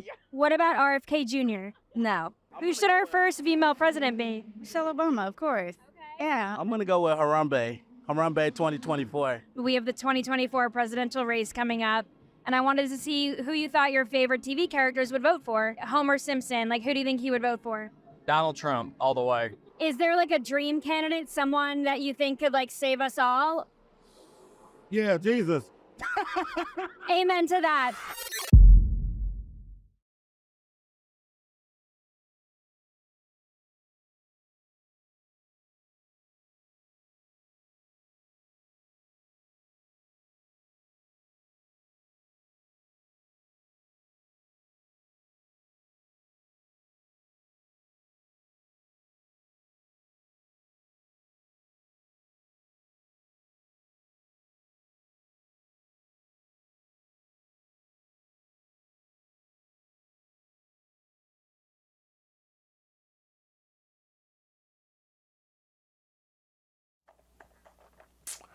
After the discussion with my man Hammer, this is the parlay that I am presenting. It's going to be Maryland. I moved it down to 6.5. I moved it to 6.5 because Michigan State stinks. Michigan State's going to lose, and Michigan State deserves to lose. Everything bad should happen to Michigan State. Now, combining that parlay, I put UMass minus 3.5 against New Mexico. Also in that parlay is Charlotte plus 28 against Florida. The parlay is going to pay me $600 on a $100 bet. Not the greatest, but not the worst. I'm sure I'm getting cheated here, and it goes against all of my stuff. That's right, my stuff that I'm learning from Billy Walters and his book. But you know what? I'm feeling it, baby. And if it doesn't happen, hey, we're out $100. I don't know what to tell you, but it is what it is. But I like that parlay, and there's going to be plenty more. Tomorrow, Urban Meyer is going to join us at 9:30. We're going to talk about college football. We're going to preview Ohio State and Notre Dame. We're also going to talk about his visit with Deion Sanders and the University of Colorado football team. He was the only guy that I saw that came out and said, hey, look, ladies and gentlemen, we are not messing around. We're not messing around here. They're going to be good. You know, the opening line on Colorado was 2.5 wins. It was the lowest in Division I football, major football. Did you know that? I did not. It was, and it is. All right, my friends at Bowling Green State University, BGSU. I coached there for 10 years. My father went there back in the 50s. Bowling Green State University hockey is a program that I followed. The hockey coach is Buddy Powers, and my guy Scotty Pollack, a.k.a. Pooch, my neighbor, were great friends of mine when I was there. I loved the hockey program. Hockey in Bowling Green is a well-established traditional program. They actually won a national championship in 1980. They had 2 or 3 guys that played on the Miracle on Ice team. Well, guess what? The Bowling Green State University hockey program is under attack. They placed the hockey coach Eigner on administrative leave, and, ladies and gentlemen, they suspended 3 players for hazing. Now, the hazing took place at an off-campus event. It was reported to BGSU police, who launched their investigation. Man, wow. It's unbelievable. Let me go through this. Bowling Green had a student die a couple years ago after a fraternity party. All right, here's the deal. Immediately on receiving a report of alleged hazing, the university notified local law enforcement. Head coach Ty Iger has been placed on administrative relief, pending full review. Let me ask you a question. I don't know what happened. I honestly don't know what happened. But I'm reading this statement, and I'm reading this statement from Bowling Green, and it is basically we're going to cover our ass. So I don't know why the coach, tell me why the coach has to be suspended and then we review. The coach should be coaching while the review is going on, unless, of course, they know something that they're not telling us, which is always the case. But I'm sitting here reading this, and all it is a advertisement for the CCHA, the Central Collegiate Hockey Association, and Bowling Green State University on how they're so proactive about hazing. Look, I don't give a damn what you do. I don't. But if 3 idiots decide to haze somebody on an off-campus apartment, explain to me how the hell that's the coach's fault. Look, I don't know. Of course now, Bowling Green had to pay $2.9 million to the family of Stone Foltz, the kid who got killed or died in a hazing incident at a fraternity house. I mean, I don't know. I guess we're supposed to hold everybody accountable, but I coached for a lot of years. And I talk, hey, look, we're not having that crap, blah, blah, blah. But if somebody did something at an off-campus party and you're going to get mad at me, you can kiss my backside with that. No, truly. I mean, damn. I mean, I hear all the time about how we're supposed to love on and respect 18 to 23-year-olds.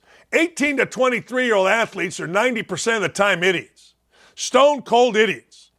Well, who brought the players there? Yeah, shut up. They're not men. They're not adults. They shouldn't be treated like adults. They're kids. They're idiots. They're morons.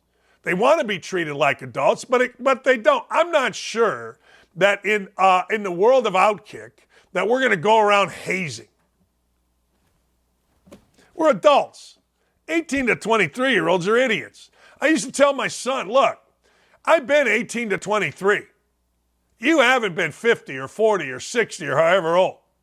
So shut up and listen. Jeez. Feel bad for this coach. Bowling Green State University is covering its ass, and I got to tell you, it's just ridiculous. All right, Mark Wahlberg, apparently this is big news. You ready?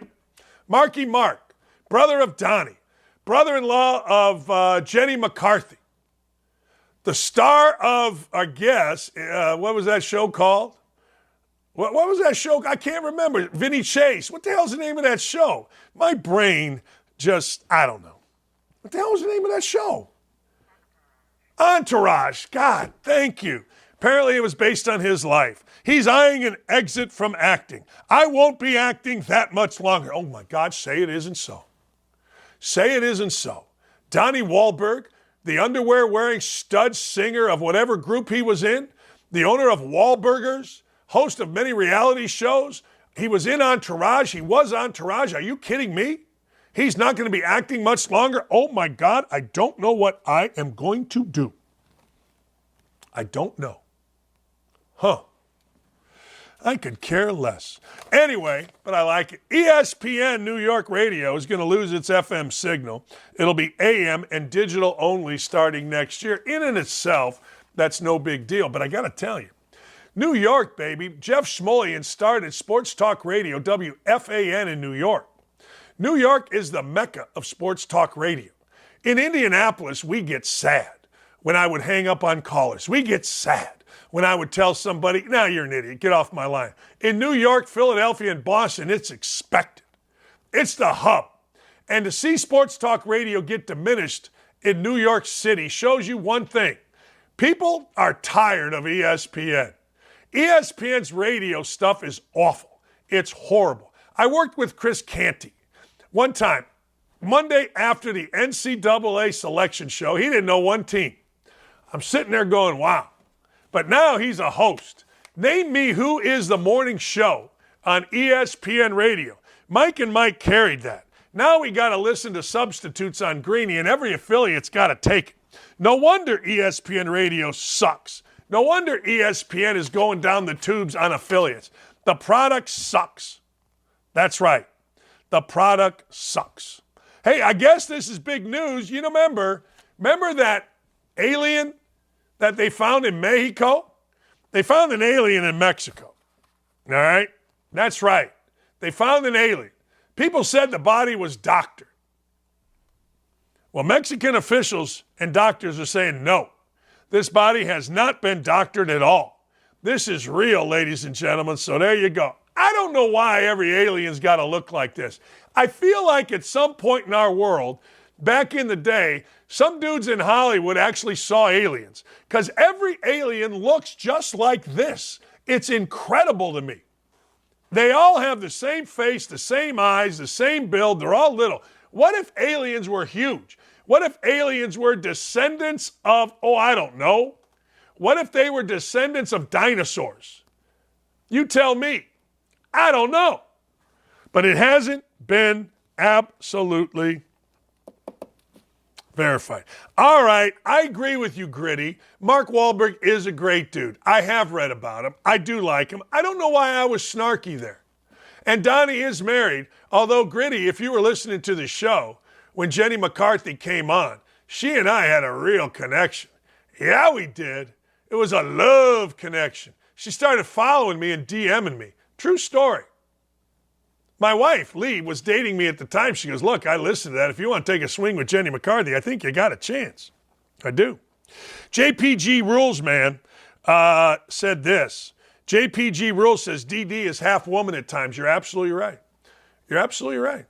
No question about it. I tell my wife all the time, I love songs. I like romantic movies. I cry at weddings. You're damn right I do. Hey, JPG, if you want to find out the other half, anytime you'd like, because you're a bit of a pain in the ass on here, and I'm getting tired of you. But hey, what are you going to do? Hide under a fake name, and away you go. You can talk about anybody. Anytime you see me, JPG, let's see what other half of the half woman, half man. I'm threatening people on this show, damn it. That's right, Dylan. We don't take no mess here. I asked Dylan the other day about something. He said, yeah, I'll put him in a headlock for a half an hour. That's right. That's what we do here. Don't at me, people. Don't even think about atting me. This was really sad news. This was unbelievable. And we all, no, that's not true. I never believe we all as a society should be ashamed of ourselves. As a society, these phones suck. Let me go through this. The widow of Dan Mooney. You know who Dan Mooney is? Dan Mooney was a father of two, 30 years old. He went to the Patriots game. Dan Mooney apparently got beaten to death by a Dolphins fan. That's unbelievable. Got punched a couple times. Apparently the first one was a sucker punch. You know, I cannot stand little white guy or little black guy that wears his jersey, gets drunk at a football game, and acts tough. It's either little guy or fat ass guy. I've had enough of you. Stop fighting at sporting events, you idiots. Stop fighting each other. Stop beating the hell out of each other. It's Sunday. I tell you what they should do at NFL games. They should stop serving alcohol. Just don't serve it. We ain't serving it. Till you people stop killing each other, we ain't serving it. You want to bring your own in? Good luck. You want to get drunk before you get in? We're going to have breathalyzers. Screw you people that get hammered on a Sunday and then start beating the hell out of each other. Jets, Cowboys, massive fight. Blood everywhere. What are you doing? I got guys on Twitter saying, Dan, what about the people that were holding up their phones videotaping this? Just videotaping fights. How about stepping in, you idiots? How about stepping in and stopping people from fighting, you clowns? How about stepping in and helping old ladies? How about stepping in and stopping people from robbing and raping, you idiots? What are you doing? This guy goes to a football game. Look, I don't know the backstory. Nobody knows the backstory. I don't know, but I do know there's video of it shows him getting sucker punched, had a seizure of some sort, and killed. I hope the dude that does it, nobody's going to talk about it. You don't hear, here's the deal. The white media isn't going to talk about this. Now, put this guy as an African-American, and Joe Biden, Kirk Herbstreit, Chris Ballard, Randy Moss would all be balling. It's just like those idiot black kids that decided they were going to go and kill a white guy on a bike and then laugh about it in Las Vegas. Have you heard the media outrage on that? Has Joe Biden said a word about it? Huh? No. Has Chris Ballard cried about it? Has Randy Moss or Kirk Herbstreit whined about it and told white people to do better? No. It's crap. It's complete and utter crap, and I'm sick of it. Screw you idiots that fight at football games. I am all for putting them in the town square and cutting off the pee-pee. Yeah, that's what we should do. Don't you think, Dylan? Put them in the town square and get some. I'll donate my whatever you call it, shears. Slice it off. You guys that beat that guy to death have no sack, no balls, no sack, no nothing. Nothing. Seriously. You guys suck. I'm so tired of dipshit white guy. I am. So tired of big mouth guy going to football games or basketball games and acting like idiots. I've had enough. You know, if the media would start talking about it, if the media would start calling this stuff out, it would pressure football teams to actually do something about it. I'll tell you what I'd do. Or I'd just sell weed. Yeah, I'd sell weed. Get a bunch of zombies going around a football game. Damn. We're killing people in parking lots of football games. We're fighting in the stands. Now another guy is dead. We're fighting every weekend. I remember some little scrawny-ass white guy in front of my daughter and my niece said, I'll knock the white off you. I said, I'm right here, bro. You know, everybody's a tough guy until they get called on their Bolshevik. Just pisses me off. It's just sickening. It's just absolutely sickening. The NFL brings it on themselves. Yeah, okay. Yeah, I know. Yeah, it's the NFL's fault. Yeah, that's JPG. Yeah, it's the NFL's fault. Certainly isn't people's fault. Certainly isn't the fact there's no accountability in our society. Of course not. No, absolutely. It's the NFL's fault. Yeah, okay. Here you go. Ladies and gentlemen, Dancing with the Stars. Dancing with the Stars is on TV, which means Dancing with the Stars is on ABC, which means Dancing with the Stars is very far left liberal. So they can get away with this apparently. Apparently they have decided in their infinite wisdom that Adrian Peterson, he of the abusive dad, beating on his kids many times, allegedly, he gets to go on Dancing with the Stars. You think if Adrian Peterson was a white dude, has there ever been a dude that was a child abuser that went on Dancing with the Stars? Do you think? Serious business. Like, this dude is big and strong and tough and nasty. Got, you know, a little child abuse, I guess. What's the big deal? Dancing with the Stars. It's ridiculous. You're telling me, look, we want an athlete. We want an African-American athlete. Really? You can't find anybody better than Adrian Peterson? What's he going to do? Beat the hell out of the judges with a switch if he loses? What's he going to do? Intimidate the judges? Or maybe that's not Adrian Peterson's style. Maybe Adrian Peterson's style is to only beat up little kids. I don't know. But I got to tell you, Adrian Peterson on Dancing with the Stars is absolutely ridiculous. You're a tough guy, Adrian. You were on the field, and apparently you are in real life. You showed that 4-year-old what's what. You showed a what's what. All right. There you go. Man. But you know what? The DEI score. What is it? Dumbass, E something, and idiots. The DEI score. We got to have a good DEI score. Oh, okay. All right. Peterson pled no contest. He was indicted by a grand jury. He was fined $4,000, fined 80 hours of community service, 2 years probation. Yeah, there you go. A little kid abuser. Sharon Burgess is a pro. She's been on this show forever. She said this, I'm telling you right now, if I walked into a room and that was my partner, I would turn around and walk right out. There's no way, being a mother, I can stomach that. Cheryl Burke, who's been on there forever, says, I respect Burgess, of course. I came from abuse as a little kid. At the end of the day, he shouldn't be on. But hey, you think they care? They don't care. Their DEI score. We got a black athlete. Look at our DEI score. That's all it is. We know this. Ladies and gentlemen, hundreds of students walked out of a Pennsylvania high school. That's right, to protest the trans bathroom policy. How about that?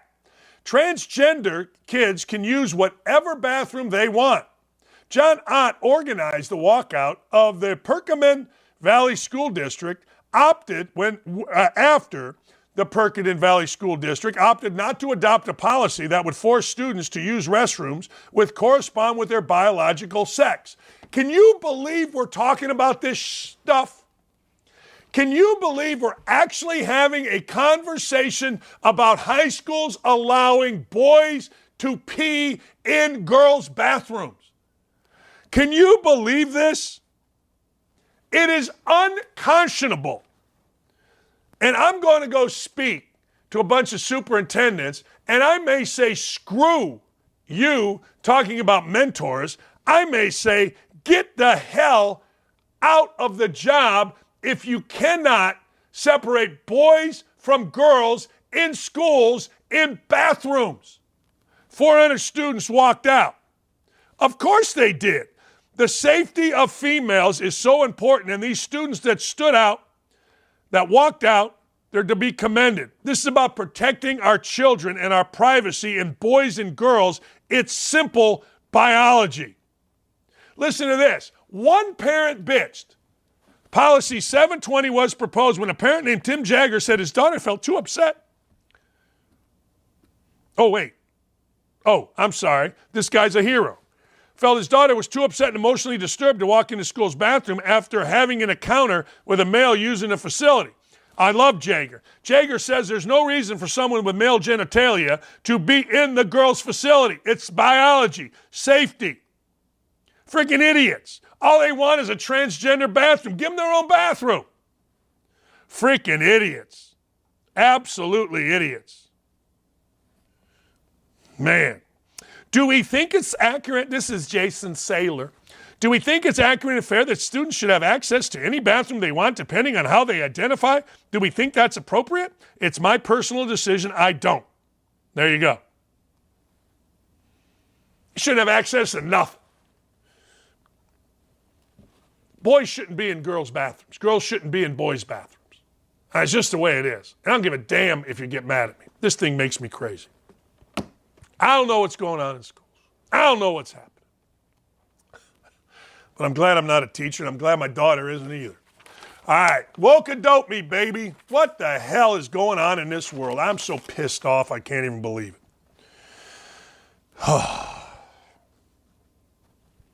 What do you got? Dear New Yorker, bet my boy, yeah. Yeah. You know the deal with Donald Trump? The deal with Donald Trump is everything they say. Everything he has said. I'm not talking about the sex stuff or the, shut up. Everything he said has come true. The mayor of Moscow, the wife of the mayor of Moscow gave Biden family $100 billion, $3 billion, whatever. Everything he said has come true. We need a wall. We need border security. New York said no. We're a sanctuary city. My neighbor put up a sign. Nobody's illegal. Yeah, my ass. Drop a freaking van load of illegals in my neighborhood, and I'm telling you right now, I'm boarding up the doors and I'm getting a shotgun because I'm telling you, I've worked too hard for what I have. I don't care if you get mad at me about it or not. Donald Trump's not wrong. The wall would have looked great. Wall would look great. Don't understand why anyone would be against it, but you know what? They are. By the way, Obama chimed in today. He's all excited that everybody that gets a driver's license is automatically registered to vote. You see what you're doing here? Anyone can go get a driver's license. So they're signing up illegals and the do-nothing president, the most woke president. By the way, what happened to Obama's chef?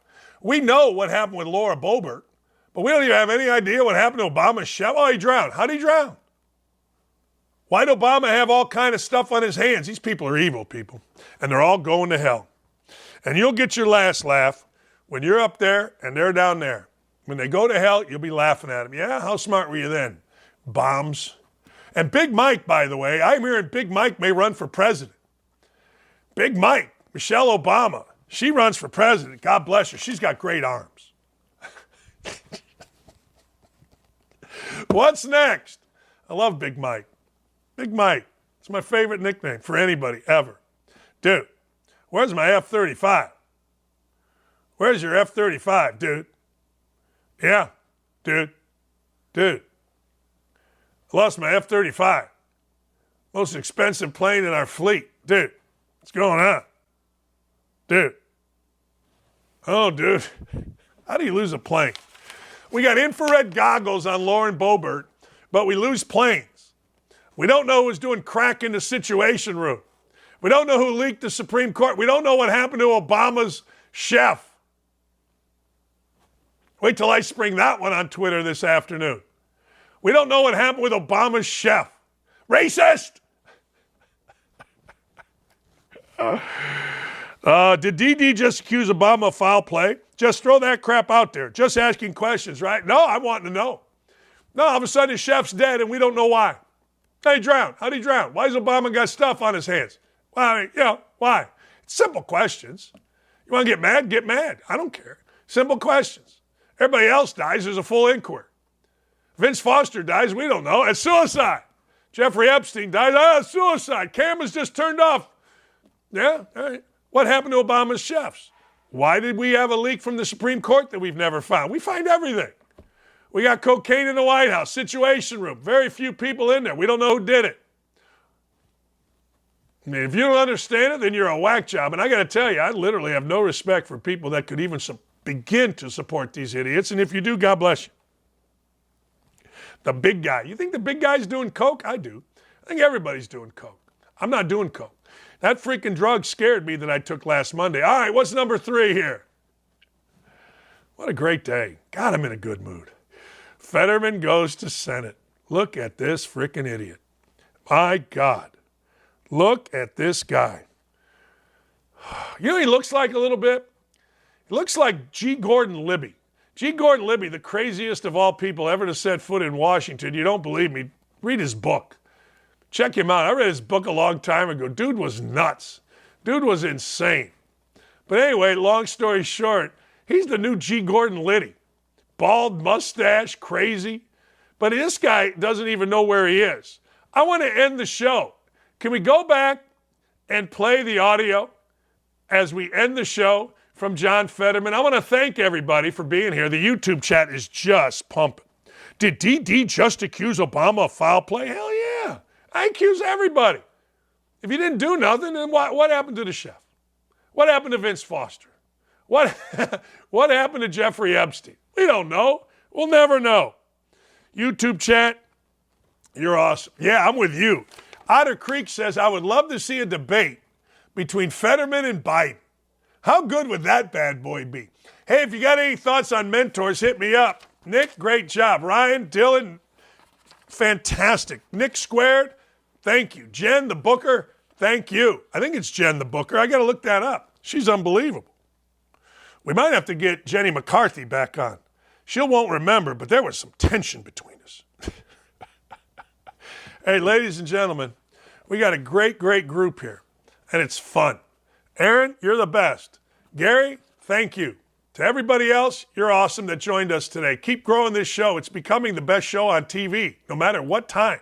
Let's end with John Fetterman. Have a great day, everybody. My message to the CEOs is, it's $74 million, collectively earning that. How many yachts can they need, to water ski behind it? It's just crazy. I don't